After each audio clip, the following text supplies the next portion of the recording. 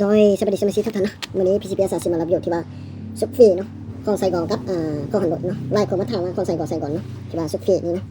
ที่ว่าลูกค้าละลายทางที่ว่าสเก็ตบ่เป็นเนาะสีนี้จะคือกันเลยเนาะแต่ว่าของใส่กล่องนี่มีอะไรก็มันจะด่านเรือนนะ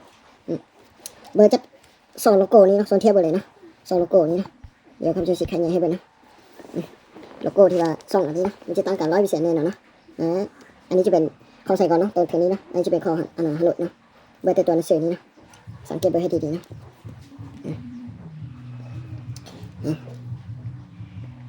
ลายของมาโซเทียนเนาะแล้วบางคนใส่ก็หันหน่อยเนาะสำหรับตัวหนังสือนี่ก็มันจะตั้งกันเนาะเห็นป่ะสังเกตเบอร์ให้ดีๆเลยเนาะตัวที่ว่าซุปเปอร์ข้าพเจ้าผลิตกับที่ว่าผลิตเนาะมาตั้งกัน100%แน่นอนเนาะอันนี้ของข้าพเจ้าเนาะตัวเทนี้นะที่ว่าข้าพเจ้ามาเก็บให้เบอร์เลยเนาะโดยเฉพาะเนาะอันนี้ใส่วาล์วของข้าพเจ้าเนาะในจังหวัดลูกค้าที่ว่าฟ้ามาแต่ทันใดวะลืมแล้วเนาะเดี๋ยวจะให้เบอร์เนาะลูกค้าฟ้ามาเนาะฟ้ามาแต่ตาใดเนาะลูกค้าที่ว่าฟ้ามาที่ว่าเดี๋ยวใช้เบอร์บินนะฟ้ามาที่แขนได้นะลูกค้าฟ้ามาติด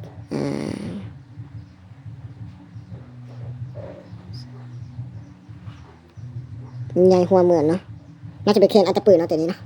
ฟ้ามาได้แขนอัตปืนนะเจอลูกค้าที่ว่าเป็นจะสีให้เบิ้ลนะฟ้ามันที่ว่าของขันไก่เนาะเขาจะฟ้ามาอันนี้เขาจะมาเขาเราเทให้เบิ้ลเนาะที่ว่าลองใช้สกปแล้วก็เอาตัวใส่เป็นอันลักที่ว่าสองนี่ไอ้ไข่อันนึงเป็นน้องนี่มันจะมี2กรณีเนาะ1กับหลัง2กับแล้ววัน2เขานี่เนาะแข่งก็เนาะแต่มือไอ้เพลงกันไม่ได้ใช้เลยสำหรับเราซอของอันฮันโดยนี่มาจัดแข่งเนาะบอดี้เรามาจะแข่งกว่าของใส่ก่อนเนาะแล้วก็ตัวเราซอของนี่ก็มาจะแข่งกว่านะเดี๋ยวใช้ให้เบิ้ลเนาะ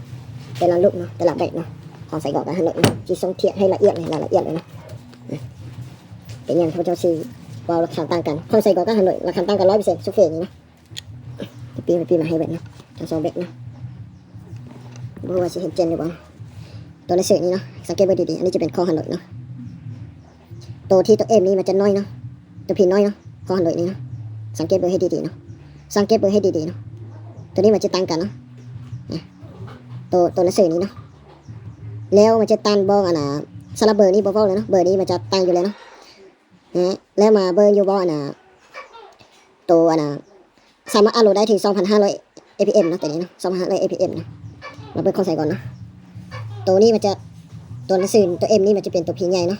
เนี่ยอันนี้จะเป็นของ2024 25คือกันหมดเนาะอันนี้ของซุฟเฟ่ของ2024นะข้าพเจ้ามีทาง2024และ25เนาะสำหรับท็อป A นี่ออกมาใหม่ล่าสุดนี่ผู้ใดเคยติดตาม YouTube ของข้าพเจ้าน่าจะรู้ดีนะออกมาปี2023วันที่25เดือน1เนาะ2023วันที่25เดือน1เนาะออกมาใหม่ล่าสุดเนาะสำหรับท็อป A นี่นะไล่คนที่ว่าซื้อไปแล้วเนาะซื้อจากที่ว่าห้างของข้าพเจ้าเด้อเนาะท็อป A นี่เนาะ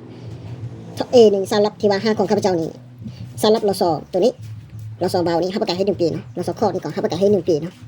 แต่บ่ฮู้ว่าของฮันโดยนี่เขาเจ้าจะเขาประกาศให้บ่ของหาอื่นนี่เขาจะบ่ฮู้เนาะสังเกตเบอร์ให้ดีๆเนาะสำหรับเห็นดังอัดลงที่ว่าอยู่ในเฟซนี่มันจะอัดบ่ได้ถึงของใส่ก่อนเนาะของฮันโดยนี่เนาะสำหรับการอัดลงอย่างต่างๆนี่มันจะต่างกันนะเดี๋ยวข้าพเจ้าสิออกก่อนให้เบิ่งนะหลังจากที่ข้าพเจ้ามาก็ออกมาเนาะประมาณนี้เนาะสังเกตเบอร์ให้ดีๆเนาะสีก็มันจะต่างกันเนาะและมันจะต่างกันไล่เดียวนะสำหรับที่ว่าของใส่ก่อนกับฮันโดยเนาะเดี๋ยวสิซูมน้อยให้เบิ่งเนาะสำหรับตัวหนังสือตัวเอ็มนี่มาจะน้อยเนาะข้อหน่อยนี่นะเห็นปะของใส่ก่อนนี่มันจะใหญ่ของรับนี่ที่ว่าซองได้ลายเหนียวเนาะซองมันนี่หลอกซองนี่มันจะต่างกันเนาะหลอกซองบนนี้เนาะแล้วก็สเปอร์โอลีนี่เนาะซ่ามันนี่หลอกซองคอกอันนี้เนาะมันจะต่างกันเนาะประมาณนี้เนาะซี่มันนี่สลักให้ดันลงอยู่ในซุกเฟสนี่เนาะเฟสนี่ตัวนี้สามารถอาได้ที่ว่า 3,000 APM เนาะตัวนี้สามารถอาได้ที่ 2,500 APM เนาะมันจะต่างกันเนาะเห็นปะและตัวหนังสือบนนี้มันจะแจ้งกว่าเนาะของใส่ก่อนนี่เนาะว่าตัวเลขนี่เนาะเห็นปะมาเจนมาจะง่ายกว่าเนาะเมื่อตอนนี้เลยเนาะส่งเทียให้เบอร์เลยเนาะวันนี้เนาะเพราะว่าลูกค้าไล่ของมาทางบ้านข้าพเจ้าซื้อของซุปเฟ่ของใส่ก่อนอยู่เนาะวันนี้ข้าพเจ้ามีเวลาเนาะมารับอยู่ให้เบอร์เลยเนาะระหว่างของใส่ก่อนกับถนนเนาะอันนี้ลูกค้าที่ว่าซื้อมาใหม่เนาะปืนบอดี้เนาะลูกค้าทานอัตปืนเนาะข้าพเจ้าซื้อมาใหม่เนาะมีโมเมนต์เลยที่ว่าฟ้ามาห้างข้าพเจ้าให้เป็นเนาะแต่ว่าเฟกนี่บอได้ซื้อห้างของข้าพเจ้านี่เนาะข้าพเจ้าซื้อจากห้างอื่นมาเนาะปืนบอดี้เนาะเบอร์เตอร์ลานเนาะไอจะเป็นลานที่เคียงฮ่องกงเนาะ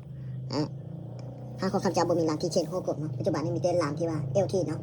ลานLTนี่ข้าพเจ้าให้ประกาศให้ที่ว่า ปัจจุบันนี้ที่ว่าให้ประกันให้2 ปีเลยเนาะมีบางอย่างที่ว่าสามารถเปลี่ยนคืนได้100%เนาะท่านนี้บ่แม่นเนาะลาม LT เนาะหลังกองข้าพเจ้านี่เนาะประมาณนี้เลยเนาะข้าพเจ้ามารับยกเขาให้เบิ่งเลยเนาะเดี๋ยวข้าพเจ้าสิให้เบิ่งฐานะฐานลามอีกเทื่อนึงเนาะว่าเป็นอย่างที่ว่าลูกค้าหลายคนที่ว่าสังเกตเบอร์บ่ออนเราของใส่กองกับฮานอยเนาะสำหรับปืนอารมณ์นี่เนาะข้าพเจ้าสิส่งเทียบให้เบิ่งเลยเนาะเห็นบ่สำหรับตัวเลขนี่ก็มันจะต่างกันเนาะของใส่กองกับฮานอยเห็นบ่ต่างกัน100%ตัวหนังสือนี่ก็มันจะต่างกันเนาะเห็นบ่ต่างกัน100%แน่นอนเนาะเห็นบ่ตัวเลขเบอร์ให้ดีๆเฟซก็มันจะต่างกันเนาะสำหรับที่ว่าของฮานอยนี่มันจะดังอย่าหมดเนาะสำหรับของใส่ก่อนนี่มันจะดังเรื่องแบบนี้เลยเนาะสังเกตเบอร์ให้ดีเลยเนาะเรามา2 สีนี้เนี่ยใส่ไฟเหมือนกันเนาะอันนี้เนาะอันนี้ที่ว่าข้าพเจ้าผลิตออกมาที่ว่า2024เนาะเฟซตัวนี้เนาะสำหรับสุกเฟซท็อปเอนี่ผลิตออกมาใหม่ล่าสุดนี้ที่ว่าข้าพเจ้าออกแบบนี้ที่ว่าปี2023เนาะวันที่25ปี2023เดือน1เนาะประมาณนี้เนาะของ2025ก็มีเนาะเฟซตัวนี้เนาะมันจะต่างกัน100%แน่นอนเนาะสำหรับที่ว่าของฮานอยกับไซก่อนเนาะสำหรับเฟซนี้เนาะและมันจะต่างกันที่ว่า4จุดใหญ่คือเมื่อกี้ข้าพเจ้าเว้านี่เนาะ1มันจะต่าง4เนาะ2มันนี่มันจะต่างที่ว่าโลโก้เนาะ3มันนี่ที่ว่ามันจะต่างที่ว่า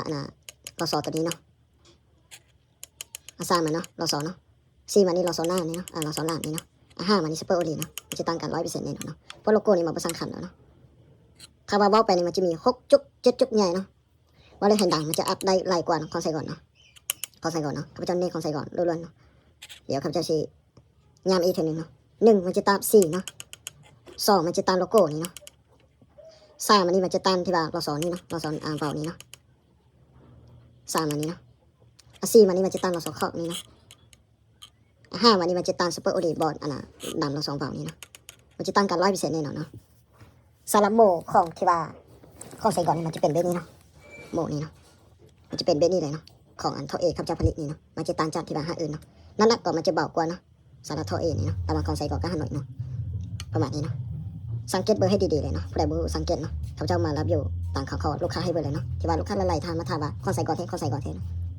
ของใส่ก่อนเท่นี่ฟรีนี่บ่ต่างกว่า7ล้านเนาะเขาขายอยู่ประเทศเวียดนามเนาะน่าจะเกือบประมาณ7ล้านโดสเนาะบางครั้งก็คนละ5เนาะสำหรับสุฟีนคนละ5โดสเนาะบ่ได้ไล่ค่าขนส่งฟาร์มันเราเท่านั้นตัวนี้เนาะถ้าฟาร์มันเรานี่ได้ก็มาจะฮอด7ล้านแน่นอนเนาะถ้าเป็นของใส่ก่อนเท่เนาะของฮันโดยนี่เขาเจ้าขาย3ล้าน2 3ล้านเนาะบางครั้งก็ที่ว่า3ล้านเนาะราคาของ3ล้าน2โดสเนาะมันขึ้นลงเนาะประมาณนี้เลยเนาะ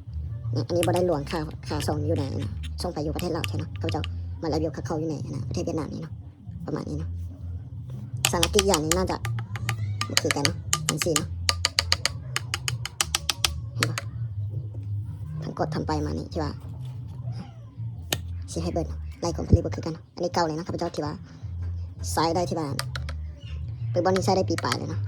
เมื่อกี้ข้าพเจ้าใส่กล้องที่ว่าบัตรฮุนเตอร์เนาะแต่ว่าข้าพเจ้ามาใส่กล้องที่ว่า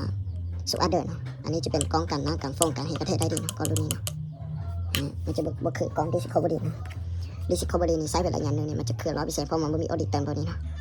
อะไรเคยใช้งานน่าจะฮู้ดีเนาะดิสคัฟเวอรี่แล้วว่าไปเตอร์เลยมีอันเดียวกันเนาะกล้องนี้เนาะก็สิประมาณนี้เนาะใครนี่ก็สิออกไปให้ทุกท่านเนาะใกล้สิเฮาปีใหม่แล้วนะขอให้ทุกท่านมีสุขภาพแข็งแรงเนาะปรารถนาสิ่งใดขอให้ได้สิ่งนั้นเนาะถ้าใครอะไรก็ขอให้ร่ำรวยเนาะวิดีโอนี้จบเพียงเท่านี้เนาะขอขอบใจเนาะ